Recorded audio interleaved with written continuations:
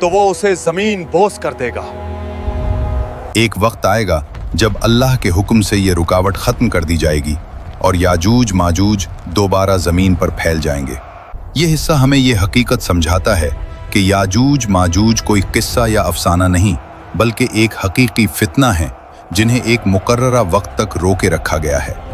ان کا خروج اللہ کے طے شدہ منصوبے کا حصہ ہے اور ان کا ذکر انسان کو غفلت سے جگانے کے لیے کیا گیا ہے۔ قرآن ہمیں یہ نہیں بتاتا کہ وہ کہاں ہیں بلکہ یہ بتاتا ہے کہ وہ کیوں ہیں، تاکہ انسان اپنی ذمہ داری کو سمجھے اور انجام کے لیے تیار ہو۔ جب قرآن یاجوج ماجوج کا ذکر کرتا ہے تو وہ انہیں محض ایک تاریخی قوم کے طور پر پیش نہیں کرتا بلکہ ایک ایسے فتنے کے طور پر بیان کرتا ہے جس کا تعلق انسانیت کے آخری ادوار سے ہے۔ یہی وجہ ہے ہاں نبی کریم صلی اللہ علیہ وسلم نے اپنی متعدد احادیث میں یاجوج ماجوج کو قیامت کی بڑی نشانیوں میں شمار فرمائے۔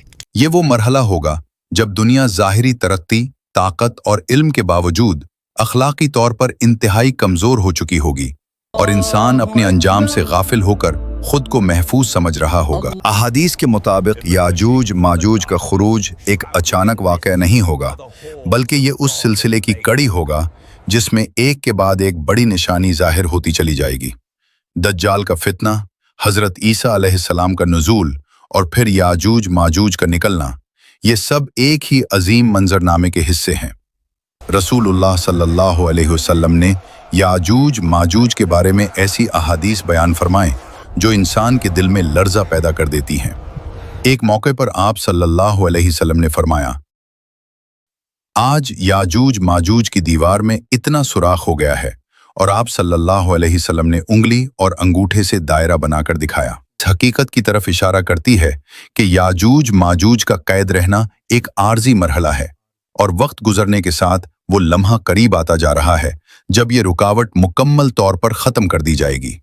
یہ الفاظ نبی صلی اللہ علیہ وسلم نے 1400 سال پہلے فرمائے، اور آج انسان جتنا خود کو محفوظ سمجھتا ہے اتنا ہی وہ اصل خطرے سے غافل ہے۔ احادیث میں یاجوج ماجوج کی سب سے خوفناک خصوصیت ان کی بے پناہ تعداد کو قرار دیا گیا ہے۔ نبی کریم صلی اللہ علیہ وسلم نے فرمایا کہ قیامت کے دن اللہ تعالیٰ حضرت آدم علیہ السلام سے فرمائیں گے کہ دوزخ کے لیے اپنا حصہ نکالو، اور ہر 1000 میں سے 999 افراد جہنم کے لیے ہوں گے۔ جب صحابہ اس بات سے خوف زدہ ہوئے تو آپ صلی اللہ علیہ وسلم نے فرمایا کہ ان 999 میں اکثریت یاجوج ماجوج کی ہوگی۔ یہ حدیث اس حقیقت کو واضح کرتی ہے کہ یاجوج ماجوج انسانوں میں اس قدر زیادہ ہوں گے کہ باقی انسان ان کے مقابلے میں نہایت قلیل نظر آئیں گے۔ یہ محض ایک قوم نہیں بلکہ انسانیت کے لیے ایک سیلاب کی مانند ہوں گے۔ احادیث کے مطابق جب یاجوج ماجوج کا خروج ہوگا تو وہ پہاڑوں، وادیوں اور میدانوں سے ایسے نکلیں گے جیسے ٹڈی دل نکلتا ہے۔ وہ جس علاقے سے گزریں گے وہاں سب کچھ ختم ہو جائے گا۔ پانی کے ذخائر، کھیت، جانور، حتیٰ کہ انسان، سب ان کے راستے میں تباہ ہو جائیں گے۔ ایک حدیث میں آتا ہے کہ وہ ایک جھیل کے پاس سے گزریں گے اور اسے مکمل طور پر پی جائیں گے، اور بعد میں آنے والے کہیں گے کہ یہاں کبھی پانی ہوا کرتا تھا۔ یہ منظر انسان کو یہ احساس دلاتا ہے کہ یاجوج ماجوج صرف جنگجو نہیں ہوں گے بلکہ قدرتی وسائل کو بھی نیست و نابود کر دیں گے۔ یہ وہ لمحہ ہوگا جب دنیا کی تمام ٹیکنالوجی، اسلحہ اور فوجی طاقت بے معنی ہو جائے گی، اور انسان کو پہلی بار شدت سے یہ احساس ہوگا کہ اصل طاقت صرف اللہ کے پاس ہے۔ جب زمین یاجوج ماجوج کے فساد سے بھر جائے گی اور اہل ایمان اللہ کے سامنے عاجزی سے دعا کریں گے تو اللہ تعالیٰ خود اس فتنے کا خاتمہ فرمائے گا۔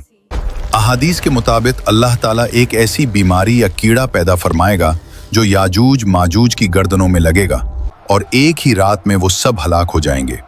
یہ منظر اس حقیقت کو واضح کرتا ہے کہ جس قوم کو روکنے کے لیے ایک عظیم دیوار بنائی گئی اور جسے انسان روکنے سے عاجز رہا، اسے ختم کرنے کے لیے اللہ کو کسی جنگ کی ضرورت نہیں ہوگی۔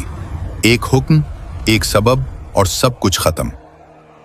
یاجوج ماجوج کی ہلاکت کے بعد زمین پر لاشوں کے انبار لگ جائیں گے، اور بدبو اس قدر شدید ہوگی کہ انسان زمین پر اترنے سے قاصر ہوں گے۔